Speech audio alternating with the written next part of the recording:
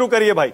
संवैधानिक संस्थाओं पर आरोप लगना बंद होना चाहिए। सब्सटेंटिव एविडेंस तो लगाइए। देखिए सत्य प्रकाश जी तो बड़े काबिल आदमी है, वो जो कुछ बोल रहे हैं समझ के बोल रहे होंगे, जाहिर सी बात है, पढ़े लिखे आदमी है। हाँ।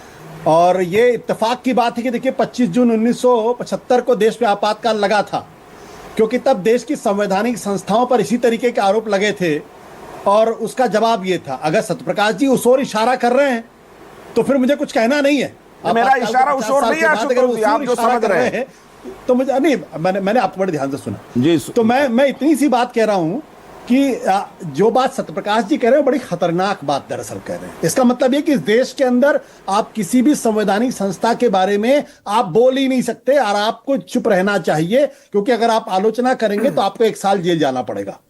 ये बड़ी इत्तेफाक की बात है। देखिए इसी तरीके की बात राज्यसभा के अंदर चेयरमैन साहब भी कह रहे हैं कि आपको ऑथेंटिकेट करना पड़ेगा। ये एक टेंडेंसी, एक अथॉरिटेरियन टेंडेंसी है। लोकसभा, ये वही लोग हैं जिन्होंने बोफोर्स के मसले पर जॉर्ज फर्नांडीज ने क्या क्या आरोप नहीं लगाए। अगर जेल जाने का प्रावधान होता तो न जाने कितने लोग विपक्ष में जो आज सत्ता में बैठे हो जेल जाते, न जाने कितने लोग। तो इस बहस में मत जाइए सत्यप्रकाश जी, आप बड़े समझदार आदमी हैं। नहीं, एक सेकंड, इसमें डिफरेंशिएट करना पड़ेगा। सत्यप्रकाश ये बोल रहे हैं संवैधानिक संस्था पर आरोप लगाने से पहले सोचना चाहिए, और ऑथेंटिकेट अगर करने को जगदीप धनखड़ कह रहे हैं, ऑथेंटिकेट तो करना चाहिए ना। सबूत देने में क्या दिक्कत है? अगर भाई सबूत है तो आरोप लगाइए। तब तो कोई मानक जी कोई बहस ही नहीं हो सकती, क्योंकि ऑथेंटिकेट का काम सिर्फ विपक्ष का थोड़ी है। सत्ता पक्ष भी तमाम तरीके की बातें करता है। आज तक तो मैंने चेयरमैन साहब से नहीं सुना कि वो सत्ता पक्ष की तरफ से कहे कि आप ऑथेंटिकेट करिए। देखिए ये जो मैं टेंडेंसी के बारे में बातचीत कर, भारत की संवैधानिक संस्थाएं इतनी कमजोर नहीं है कि विपक्ष के आरोप लगाने के बाद वो कमजोर हो जाएं। इतनी कमजोर नहीं है। कृपया करके भारत के लोकतंत्र को कमजोर मत करिए और ये सब्सटैंटिव एविडेंस का बहाना देकर देश को तानाशाही की तरफ झोंकने की कोशिश मत करिए। देश के लोकतंत्र को खत्म करने की कोशिश मत करिए। मैं इतनी सी बात कहकर इस बात को खत्म करता हूं, क्योंकि मैं सत्यप्रकाश जी का सम्मान करता हूं। मैं जानता हूं जो बात वो कह रहे हैं वो मीन नहीं कर रहे। दूसरी बात, देखिए बहुत गंभीर सवाल है। दिल्ली के अंदर चुनाव हो रहा था, विपक्ष ने गंभीर आरोप लगाए। बंगाल की मुख्यमंत्री ने गंभीर आरोप लगाए। राहुल गांधी गंभीर आरोप लगा रहे हैं। 2024 के चुनाव के पहले 9 विपक्षी पार्टियों ने चुनाव आयोग से वक्त मांगा, क्योंकि उनके मन में कुछ सवाल थे। चुनाव आयोग ने वक्त नहीं दिया। अब बिहार के अंदर चुनाव होने वाला, विपक्ष आरोप लगा रहा। लोकतंत्र सिर्फ सत्ता पक्ष का नाम नहीं है। लोकतंत्र सत्ता पक्ष और विपक्ष दोनों का नाम है। अगर देश के अंदर विपक्ष के अंदर सवाल है, उसके मन में कुछ गहरे सवाल खड़े हो रहे हैं, तो ये इलेक्शन कमीशन की जिम्मेदारी है, एक बार नहीं 100 बार उनकी शंका का समाधान करे। और अगर वो शंका का समाधान नहीं करता है और वो राजनीतिक पार्टी की तरीके से स्टेटमेंट जारी करता है, तो उसका मतलब यह है कि इलेक्शन कमीशन के ऊपर गंभीर सवाल खड़े होंगे और उनको सुनना पड़ेगा।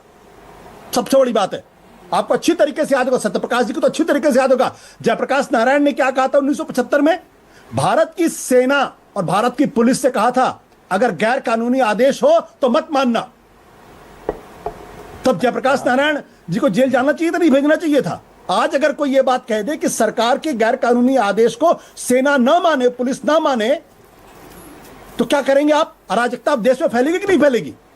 तो कृपया करके आशुतोष, मैं आपसे देखिए, इस बात पर आप और मैं सहमत रहते हैं। हमने पहले भी बात की है कि इलेक्शन कमीशन को हर सवाल का जवाब देना चाहिए, जो भी मिलना चाहे उससे मिलना चाहिए। मुझे 30 सेकंड। लेकिन आशुतोष एक सेकंड, लेकिन आशुतोष, ये जो आरोप लग रहे हैं, आपको इनमें कोई दम दिखाई देता है? इस पर भी थोड़ा बोलिएगा। कोई भी दम दिखाई देता है आपको? मानक मैं इस विवाद में नहीं पढ़ना चाहता हूं। जो आरोप लग रहे हैं वो आरोप सच है गलत।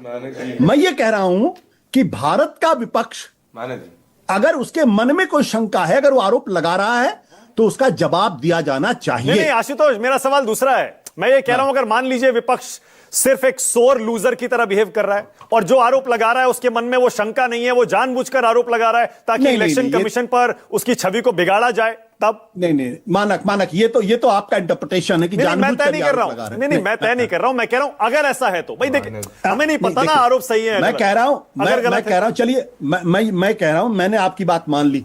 अब मैं आपको एक उदाहरण देता हूं। 1972 में बलराज मधोक जो उस वक्त जनसंघ में थे, उन्होंने इंदिरा गांधी की जीत के बाद यह आरोप लगाया कि 33 करोड़ जो बैलेट पेपर्स पे जो थे, उन पे जो इंक थी, केमिकल जो इंक थी, वो फर्जी थी, और उस पे वो इंक दिखाई नहीं पड़ती थी, और कुछ समय के बाद वो इंक कांग्रेस पार्टी को वोट देती हुई दिखाई पड़ती थी। बलराज मधोक ने आरोप लगाया था, आरोप बिल्कुल निराधार था, उसका कोई मतलब ही नहीं था। तो क्या किया जाए, बलराज मधोक को जेल भेज देना चाहिए?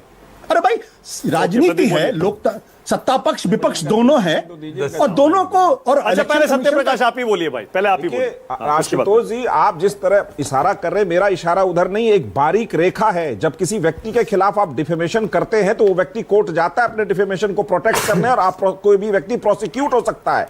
मेरा सवाल है कि लोकतांत्रिक संस्थाओं की जिस तरह विपक्ष धज्जियां लगातार उड़ा रहा है, एक भी संस्था ऐसी नहीं बची है इस देश में जिस पर विपक्ष ने लगातार हमला नहीं किया है, चाहे वो राहुल गांधी हो या उनके तमाम घटक दल हो, चाहे केजरीवाल हो। उन्होंने ईडी पर गहरे आरोप लगाए। अगर इस तरह की स्थिति में कोई सब्सटेंटिव एविडेंस नहीं हो तो क्या इस देश में सबको स्वतंत्रता दे दी जाए कि आप कुछ भी करते रहे, कुछ भी बिना सिर पैर के बोलते रहे? मैं सिर्फ अरुण जेटली जी के 2 स्टेटमेंट की तरफ याद दिलाना चाहता हूं सत्यप्रकाश मिश्रा जी को। अरुण जेटली ने सुप्रीम कोर्ट के बारे में कहा था, it's a tyranny of unelected, और राज्यसभा के बारे में भी एग्जैक्टली यही बात कही थी उन्होंने।